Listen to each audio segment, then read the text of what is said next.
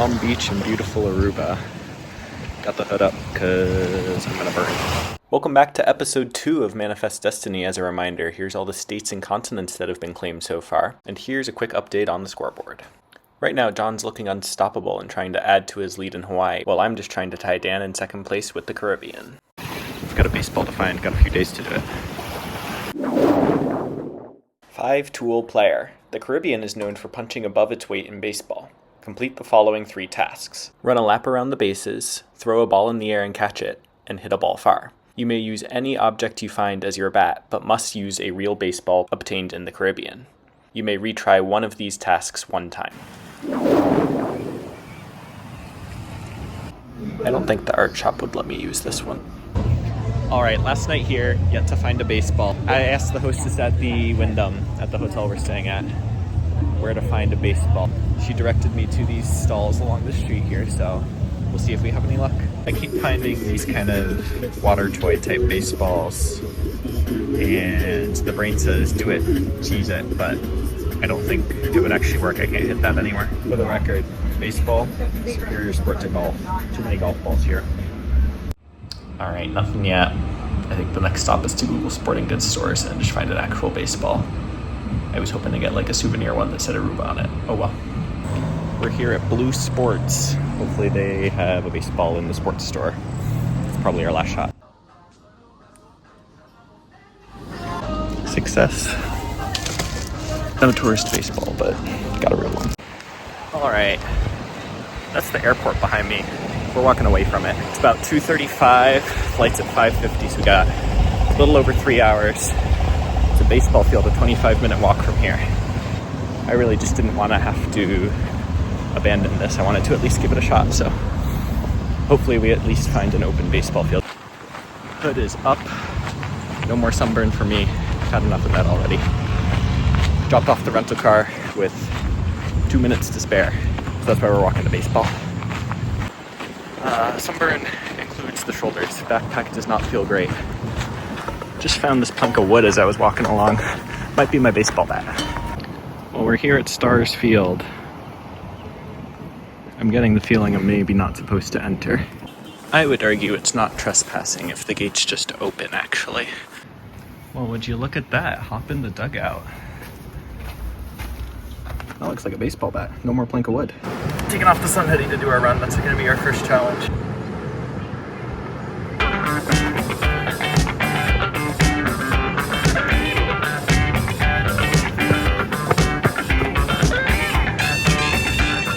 That felt like 18. Kind of in my head. Might be too slow. Apparently, Sport Control didn't like that Jesse was alone, so not going to do the second run. Not super confident. I would have made it anyway, and then to only have one chance for both hitting the ball and tossing it up and catching it. Run was what I was most confident in. Pro players run it about 14 seconds, so I figured 3 would be enough time extra. Needed 4 extra. Challenge failed. Womp womp.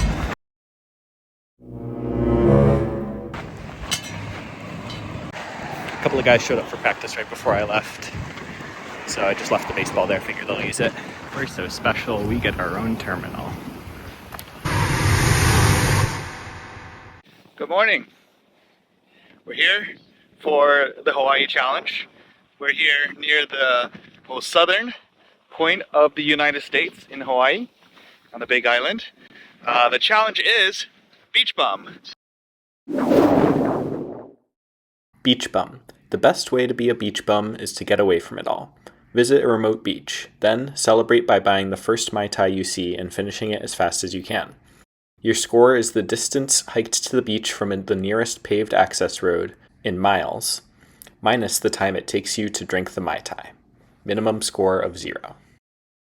All right, with me is Jorge. Say hi, Jorge. Hi. We need to find the most remote beach we can find. This is the last paved area of the road. About to go onto gravel and dirt. All right, here we go. You ask, where are we going? We're going to Green Sand Beach. 3 miles of hiking along the coast.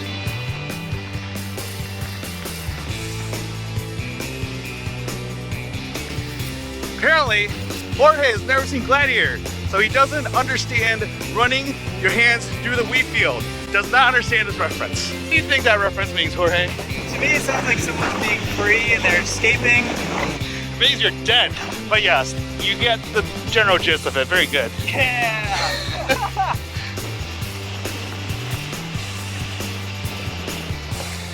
Welcome to Green Sand Beach.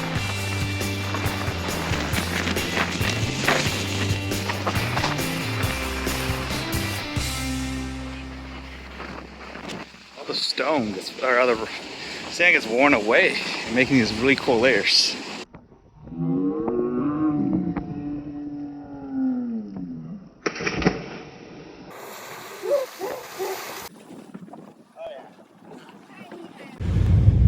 No Mai Tais anywhere to be seen. Zero. Zero.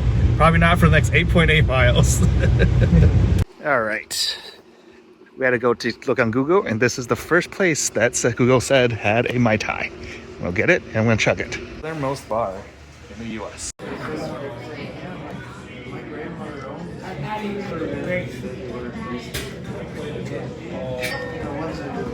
Thank you. That's a redwood tree right there. This is not a small Mai Tai to chug. No, it's not. 3, 2, 1.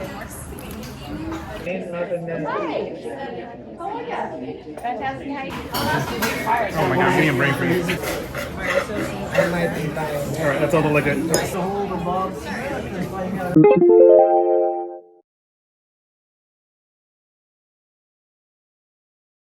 Jorge, are you ready to have the best donuts of your life? I'm ready.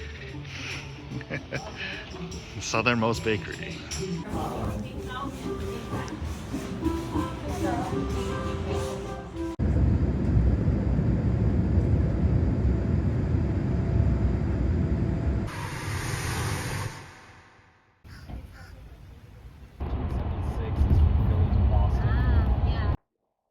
We're here at the Philadelphia Flower Show, Wynia Convention Center. Steal the Declaration of Independence. The Declaration of Independence was written in Philadelphia, Pennsylvania. In a 1-hour period declared at least 12 hours in advance, photograph as many sequential words of the Declaration as possible. You may not research where to find words until your hour begins. You must find at least 25 consecutive words. We've got a challenge to do soon. But first it's time to eat some cheesesteaks.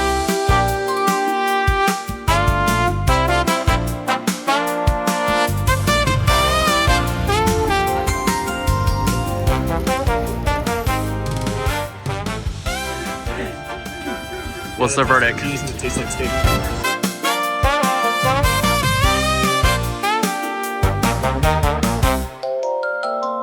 It is 3:58. The hump begins in 2 minutes, a couple blocks away from Liberty Bell and the Associated Museum. I'm thinking I'll get a lot of words knocked out over there, but might have to find some on the way. Of, for, all, on, for, these, of, world, the, for, with, states. 15 minutes in, 12 down, 13 to go. Feels pretty good, but it's all the easy words because we're still walking to the visitor center. I can see it. Walk away. Bonus fun fact, the word independence does not appear in the Declaration of Independence, only independent.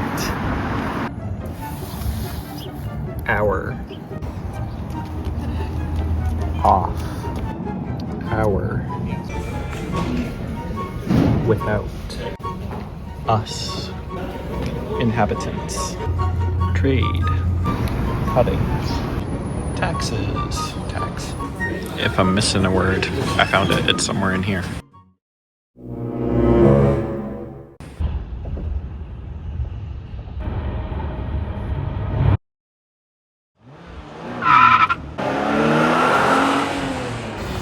Been starving myself all day in anticipation. All I've eaten is Cheerios, Cliff Bar, a couple pretzels. Melting pot. New York City is a city of immigrants, and they usually bring their food. Within a 2-hour period, purchase and eat food originated from as many different countries as possible. Get a bonus point for each food prepared in front of you. You must eat at least 3 mouthfuls of each food, and may only count each restaurant once. You must eat food from at least 3 different countries. First stop, Cafe Dolce. It's about 4:30. They close at 5, so they still have baklava. They did have tres leche, but I think I'm gonna do tacos for Mexico. Take 2. Got in the crowd. Hope they make fun of me.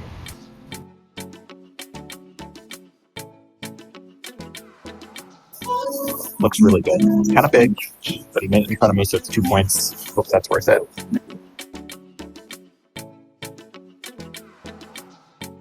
Restaurant was kind of a little bit of an outlier by location, but I think we're going to drive to Sushi now, which is our other double credit. And then we should be able to walk for all the others around near there. Next stop, Shogun.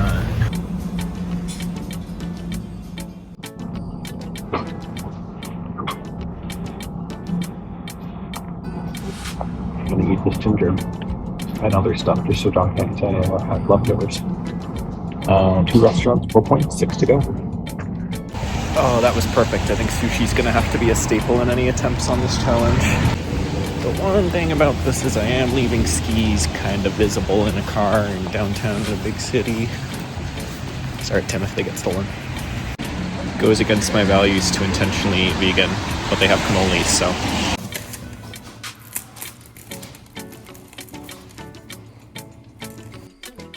Might be a little more filling than I like beef.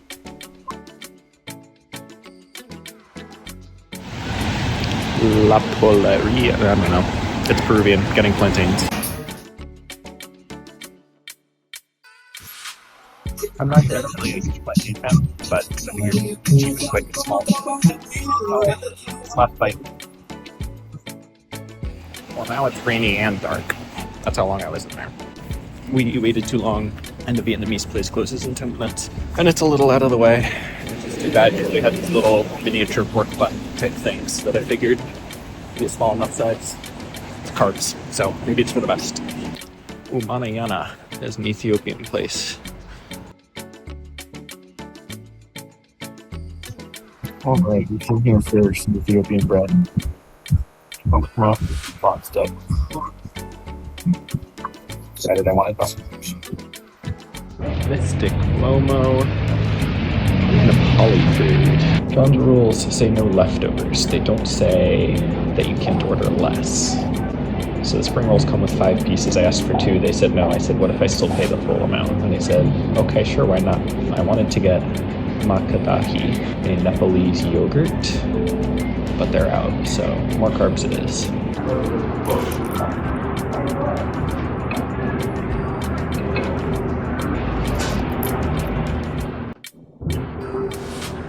It's off. I got 10 minutes left though. I'm at 9 if you count the Peru bonus point.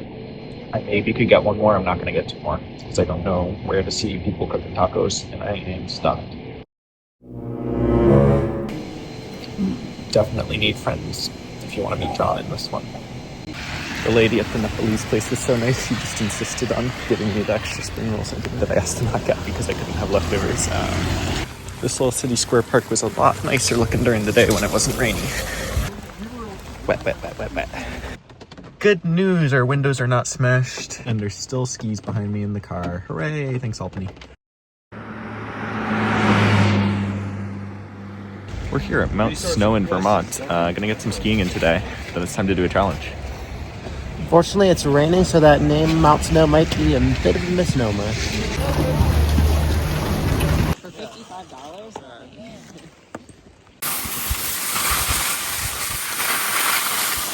Tim, what's our challenge called? Green Mountain Boys. Green Mountain Boys. Vermont existed as an independent nation with a militia called the Green Mountain Boys. Make a sandwich with at least 1 Vermont ingredient. Throw the sandwich at another person. You get 2 attempts at each distance and must hit them from at least 15 feet. You must then eat the sandwich in under 3 minutes. Your score is your furthest successful hit.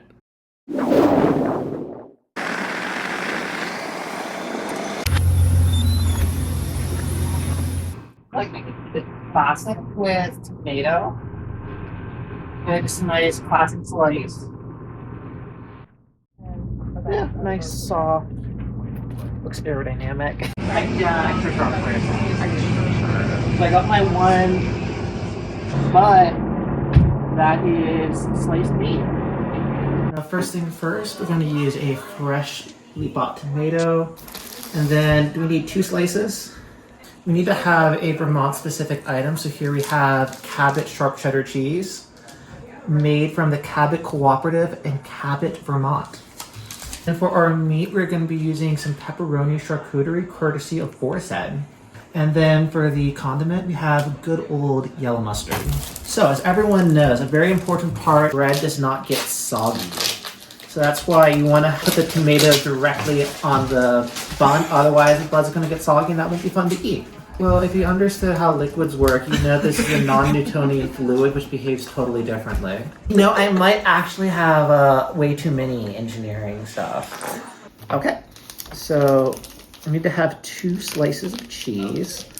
And then are you excited to have a sandwich thrown at you? Sounds exhilarating.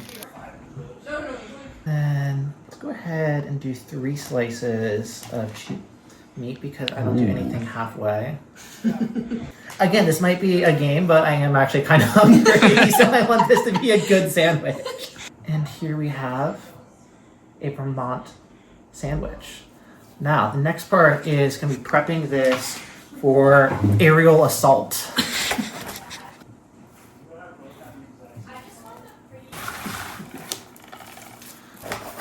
I spent a lot of time thinking about how to make this sandwich thing, so I'm so happy I get first go. And this is a sandwich fit to be thrown at Eli. We got some 2 Vermont beers to mark out our throwing position for our distance. Oh, it's all right. 16-foot throw just to pass the challenge first, and then we can keep incrementing on that. I feel pretty good about this. It looks like a standoff, like a duel. Bam! Right in the chest. It's probably about 20.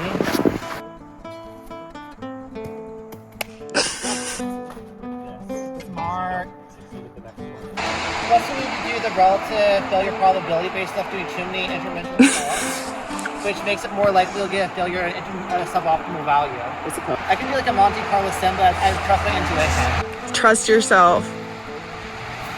Got it on the Yeah, you did.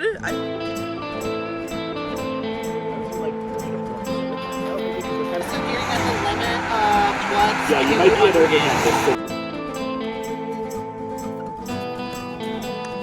to. So close.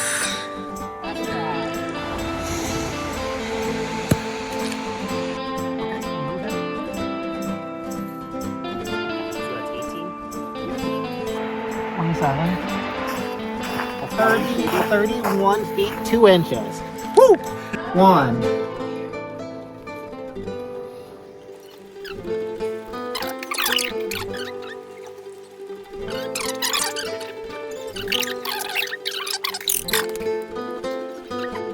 That was a really good sandwich.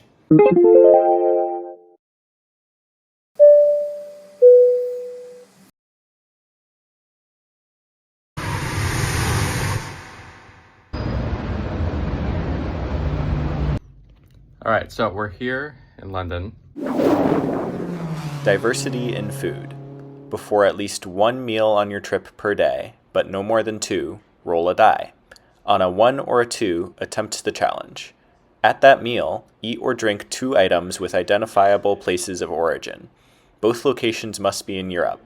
The farthest distance between 2 origins wins, and the distance must be at least 600 miles. Last night, I was looking for a Greek restaurant in order to find something that was named after Crete, hopefully, because that's about as far southeast as you can get in Europe, and then pair it with a Scottish whiskey of some sort, but unfortunately the roll didn't hit. So today we are looking for another place to try our next roll. We're now gonna go try to find some Icelandic skyr yogurt and have a nice little picnic lunch. I don't have a plan for what the other end is gonna be. It just has to be like Italian or Greek or something. Kalamata olives are a good option. This is the roll to decide whether the lunch we're gonna go buy from Waitrose counts for the game. If it's a 1 or a 2, it hits. I'll pump. We finally rolled a run on the second attempt at Waitrose, where I looked for the Icelandic skyr, but the word Iceland was too small, so we had to come up with a different plan. The specific rules of this challenge dictate that the country of origin must be denoted in a minimum size. And I found vegan chicken Kiev, as well as wine from the Douro region of Portugal, which, if my math is correct, is about 1,900 miles. However, we have a reservation at the London Eye in half an hour, and it takes half an hour to get there, so we're gonna do this later. Whee! Dinner of champions. We're here at Gatwick waiting for our morning flight home. So we, on Monday, and then we get back to the hotel and we were worried about timing for our London Eye reservation, which was like the last one of the day. So we decided to run and eat it later. Kind of didn't realize that that wasn't really allowed. We then had something else for dinner, which meant failing the challenge. So had to wait 5 more days to get to today. Our rules allow international challenges to be reattempted after 5 days upon failure.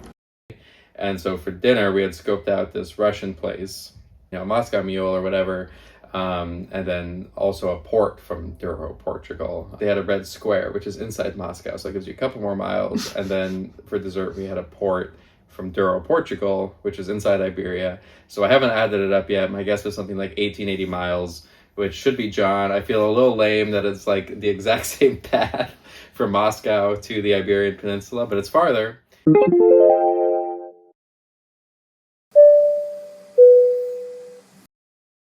But it was a cool Russian bar. Everyone in there was like speaking Russian. And it was tasty, and it cost me a lot of money. You get to experience a lovely night in Los Angeles. Reminds me of GTA. I recommend walking under the tarmac. That tunnel was not very wide on the walking path. Hopefully I'm not admitting to a crime right now, but it cuts the walking time into like a third to my hotel. Organic, vegan, non-fat, sugar-free, non-GMO. Buy a food item and eat it in one sitting. Upon your return to DC, buy the same food item and eat that in one sitting. Greatest price disparity wins. Minimum $10 difference. Side, let's see what we got at Air One. It was a little tougher than I thought it would be. Turns out it is not quite as expensive as I was hoping. Pretty pricey, but not like unfathomable. The tough part is that $10 line excludes a lot of different foods. Not only do I have to find a food well over $10, I have to find an additional food that's like nothing. Strawberry, it's worth 20 bucks. There's actually a box of strawberries worth 20 bucks. The unit price thing, one of those strawberries is going to be worth like $2. Japan has showed these guys up with the $100 square watermelons. Pathetic, really. What Californians lack in plant-based ingenuity, they make up for in poultry-based ridiculousness. And I will be chowing down on a $25 rotisserie on the beach with my toes out, with the sure knowledge that a similar rotisserie back home costs like $7. I was looking at reserving a steakhouse, but even those are kind of tricky because then you have to find a similar cut back home, and I don't think they sell tomahawks for $10. I think the guy looked a little funny at me. That was crazy. I don't know if I look the type to have kids to share this chicken with. I bought some other souvenirs for myself, including 3 bags of different flavors of seed chips for charcuterie and mushroom coffee. I can't drink. And that was it. So apparently, when the phone screen turns off, it just stops whatever it's doing, including recording a stop stop motion of me eating 3 pounds of rotisserie chicken in one sitting. Fix your shit, Apple. That as frustrating as it gets. 3 pounds worth of chicken in one sitting for no reason. I literally didn't even stand up. For the moment, I'm gonna visit the beach. Oh, it's cold.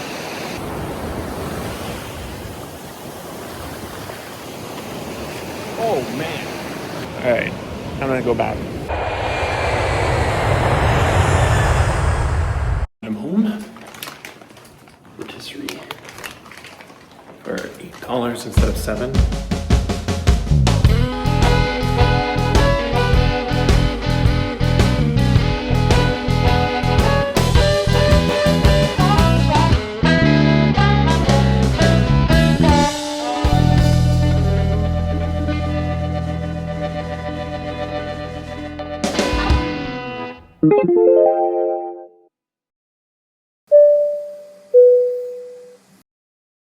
Chicken consumed,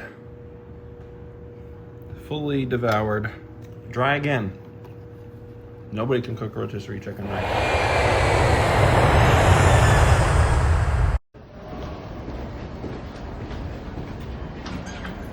Welcome to Rhode Island. Please continue through the doors. All right, so we just got off the plane in Rhode Island. The challenge is to find a plant.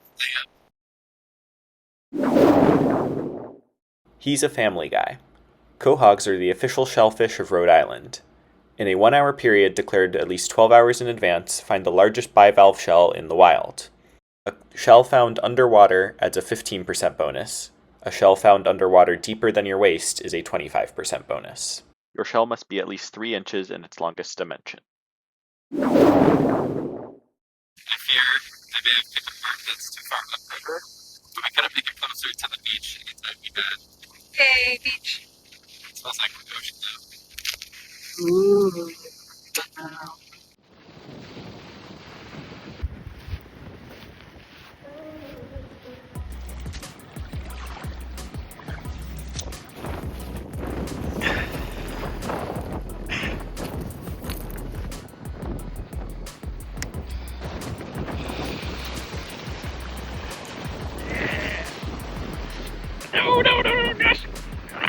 This is half. I found it as 2, but then it fell apart, so I'm gonna hold on to it for now. Scrape them.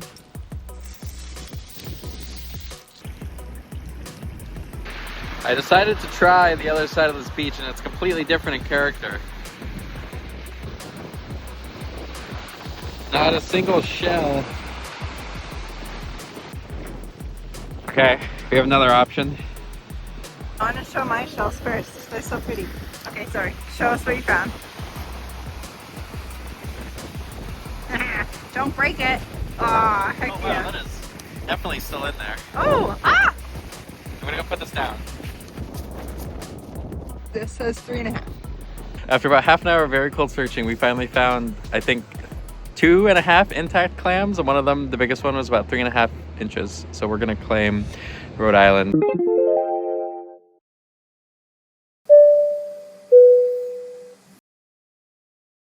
And it was alive. And it was live, which wasn't worth any bonus points. So we're gonna claim Rhode Island.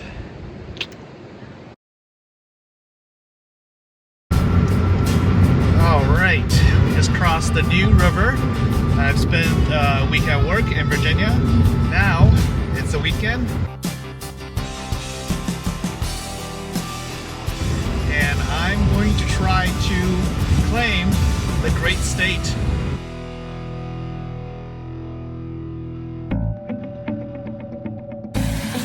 This little city square park. Oh shit, I just stepped in water. Watch where you're going, kids. Did see any last words? Are you filming? Yeah. Oh, okay.